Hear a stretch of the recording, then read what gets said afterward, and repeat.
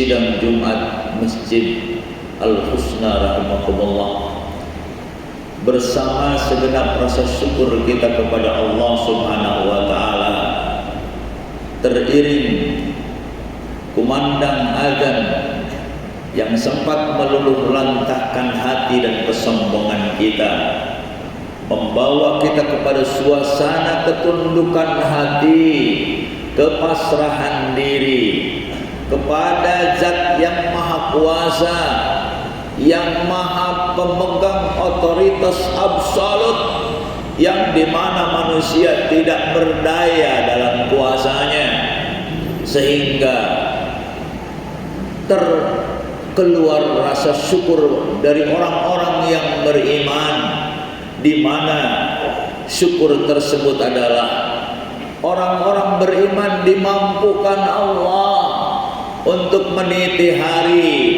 merenda usia sampai akhir hayatnya dalam bimbingan Allah Subhanahu wa taala. Karena ternyata saudaraku, hidup berada pada fitrah Allah yang difitrahkan kepada manusia, itulah kebahagiaan.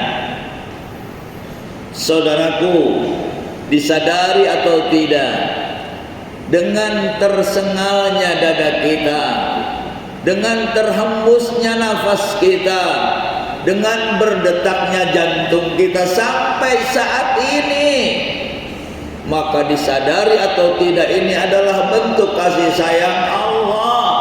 Untuk apa? Untuk mari membenahi diri, membenahi hidup, untuk memaksa diri dan keluarga juga masyarakat kita menuju kepada zona hidup yang penuh dengan kebahagiaan dalam keridhaan Allah Subhanahu wa taala. Karena ternyata saudaraku, orang-orang beriman sangat paham bahwa hidup hanya dalam ridha Allah yang membahagiakan hidupnya dari dunia sampai akhirat. Jangan mimpi di siang bolong, jangan mimpi di siang hari, berharap yang tanpa pernah ada kenyataan. Untuk hidup keluar dari fitrah Allah, hidup keluar dari ibadah kepada Allah, itu semua adalah penderitaan, itu semua hidup adalah kenistaan. Siapapun mereka, dimanapun mereka berada, setumpuk apapun harta yang dimiliki, sebagus apapun status sosial yang disandangnya, mereka tetap hina di mata Allah, disebabkan karena mereka keluar dari ketetapan-ketetapan Allah, dari sistematika agama Allah yang maha rigid, yang tidak akan pernah salah, yang tidak akan pernah mengalami revisi sampai hari kiamat pun nanti. Saudara-saudaraku, hidup dalam ridha Allah tidak usah kaya rayanya, miskinnya indah. Hidup dalam ridha Allah, jangankan panjang umurnya, mati hari ini adalah kematian bagi orang beriman untuk menyongsong kebahagiaan di sisi Allah Subhanahu wa taala. Untuk itu saudara-saudaraku, momentum yang sangat besar, momentum yang sangat bermanfaat ketika kita dipertemukan lagi dengan Idul Adha di tahun ini, yang ternyata saudaraku, Allah membuka pintu lebar-lebar. Untuk apa? Untuk hambanya yang mengerti, yang sudah memahami, yang sudah membawa ilmunya ke laboratorium untuk diriset, lalu dijadikan inner beauty dan ilmu terapan, bahwa ternyata seluruh perintah Allah yang kita laksanakan bukan sekedar menyenangkan Allah, bukan sedang memuji Allah semata, tapi betul-betul semuanya kembali kepada kita semua. Karena ternyata orang beriman sudah memahaminya, Seluruh perintah Allah sudah menjadi kebutuhan, sudah menjadi keniscayaan. Saudaraku, sujud kepada Allah adalah kebutuhan kita, bukan sesuatu yang sedang kita laksanakan secara terpaksa dan bersifat menggugurkan kewajiban, bukan. Tapi betul-betul Allah, aku sudah menikmati sujud kepada Engkau. Allah, aku sudah merasakan manfaatnya bagaimana aku berkorban di jalan-Mu ya Allah. Allah, aku sudah mampu merasakan manfaat hebatnya mengeringkan tenggorokan, membiarkan perut kita menggelepar kelaparan, disebabkan karena itu semua adalah perintah-Mu ya Allah. Dan kami semua yakin ya Allah, tidak ada perintah-perintah-Mu yang tidak bermanfaat bagi kita sebagai hamba. Begitu juga ya Allah, mampukan kami yang mungkin sampai hari ini ada di antara kami yang belum mampu meninggalkan larangan-larangan-Mu, karena ternyata kami yang seperti itu adalah kami yang sedang menderita, kami yang sedang munafik, kami yang sedang berpura-pura, kami yang sedang berkamuflase. Untuk itu saudaraku, berkorban di jalan Allah, berpuasa di hari ini menghantarkan kita menuju titik zero, nol. Kita ini tidak ada apa-apanya di mata Allah Subhanahu wa taala. Maka berbahagialah orang-orang yang senantiasa terus dikendalikan oleh wahyu Allah, hidup berada pada fitrah Allah. Saudaraku, Ibrahim alaihissalam yang ternyata secara manusia biasa, secara basyariah, Ibrahim menangis, saudaraku, menangis. Kenapa? Diperintahkan oleh Allah untuk meninggalkan anak istrinya di tengah padang pasir yang jangankan ada kehidupan, tumbuh-tumbuhan pun, rumput pun tidak mau tumbuh.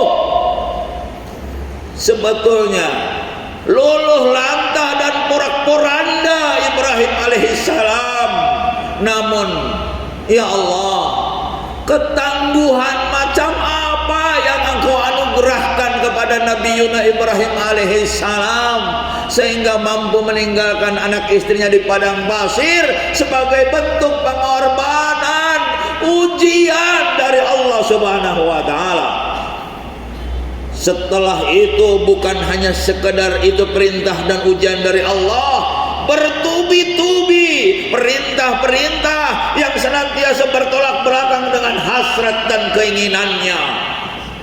Namun ternyata saudaraku, Nabiullah Ibrahim sudah berhasil untuk apa?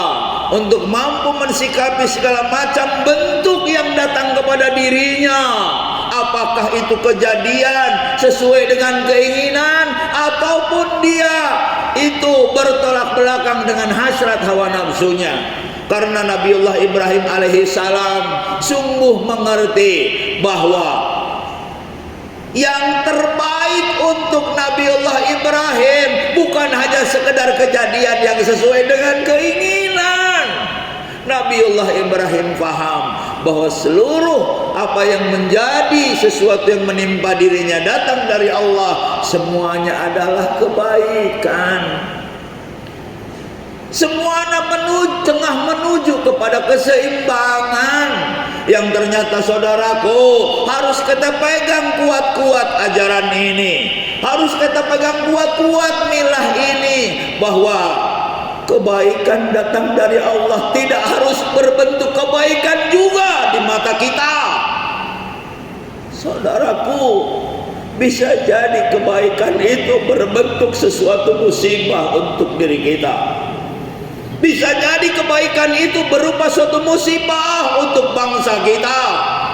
Atau mungkin secara pribadi ada di antara kita yang kehilangan anak, mungkin ada juga yang kehilangan harta, mungkin ada juga yang kehilangan wibawa. Tapi Tapi insya Allah saudaraku, orang-orang yang beriman sangat memahami bahwa kejadian demi kejadian yang menimpa dirinya, seperti halnya yang pernah dikatakan oleh Umar bin Khattab,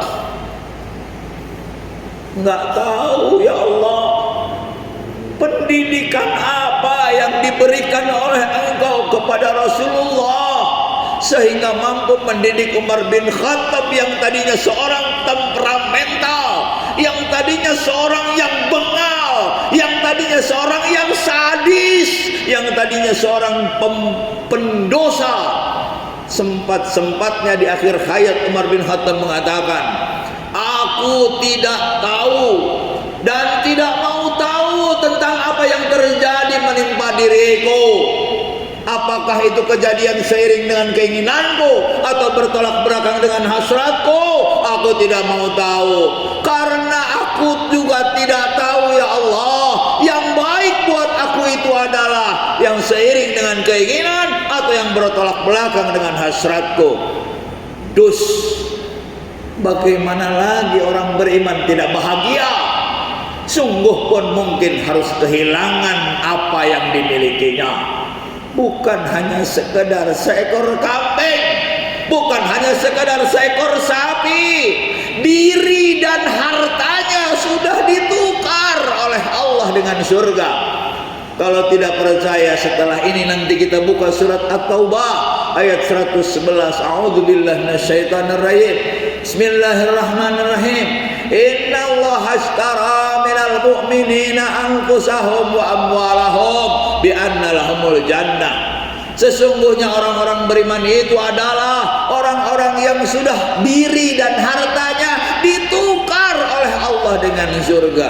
Karena ternyata saudaraku, jika diri kita belum ditukar dengan surga, jika harta kita belum ditukar dengan surga, selama hidup kita akan tetap menderita.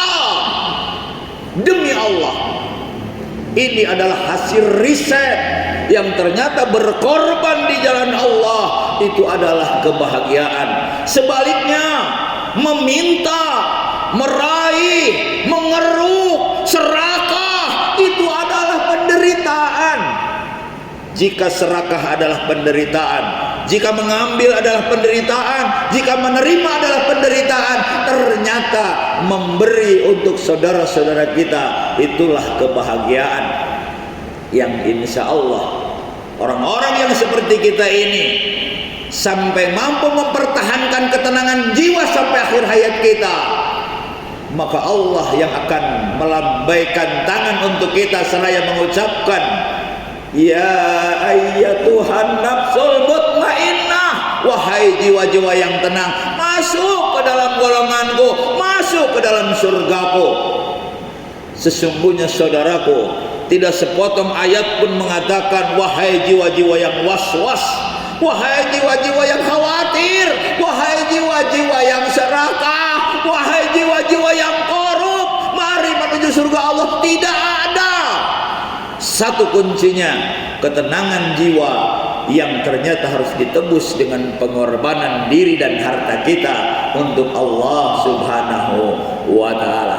Semoga Allah Subhanahu wa Ta'ala selalu memampukan kita untuk membahagiakan diri, membahagiakan keluarga, membahagiakan masyarakat kita lewat cara Allah Subhanahu wa Ta'ala, bukan cara persepsi kita, bukan cara hawa nafsu kita, bukan cara otak kita semata, tapi mari bertanya kepada Allah, ya Allah, harus bagaimana aku cari uang? Ya Allah, aku harus bagaimana mendidik anak? Ya Allah, aku harus bagaimana membimbing keluarga? Ya Allah, aku harus bagaimana membawa masyarakat menuju ridhamu? Itu yang akan mencapai kebahagiaan dunia dan akhirat, insyaallah. Barakallahu li wa lakum fil Qur'anil azim, wa nafa'ani wa iyyakum minal ayati wa dzikril hakim, wa taqabbala minna minkum tilawata innahu was samiul alim, wa qur rabbighfir warhamhu anta khairur rahimin.